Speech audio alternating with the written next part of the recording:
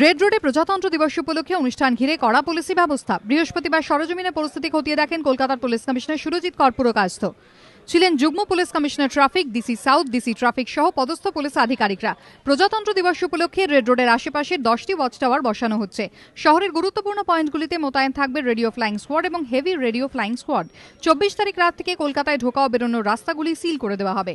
শহরের বিভিন্ন জায়গায় থাকবে পুলিশ পিকেট। রেড রোডের আশেপাশে প্রায় 1000 খানেক পুলিশ কর্মী মোতায়েন থাকবে। Station, bus stand, shopping mall, parking lot, ধর্মীয় স্থানগুলিতে বাড়তি নজরদারির নির্দেশ দেওয়া হয়েছে। সাবরিচারের জন্য আমাদের অ্যাজ সাচ কোনো স্পেসিফিক সিকিউরিটি থ্রেট নেই, বাট নর্মালি যে সমস্ত অ্যারেঞ্জমেন্ট করা হয় we are making all precautionary arrangements. আজকে আমরা এখানে এসেছি to see the overall arrangements of the parade, এবং আমাদের already we have started making special security check throughout the city. সেটা চলছে। All officers and force have been briefed accordingly. কলকাতার প্রত্যেকটি থানাকে ইতিমধ্যেই বাড়তি নজরদারির নির্দেশ দেওয়া হয়েছে লালবাজারের তরফে। প্রকাশ সিংহের রিপোর্ট, এবিপি আনন্দ, কলকাতা।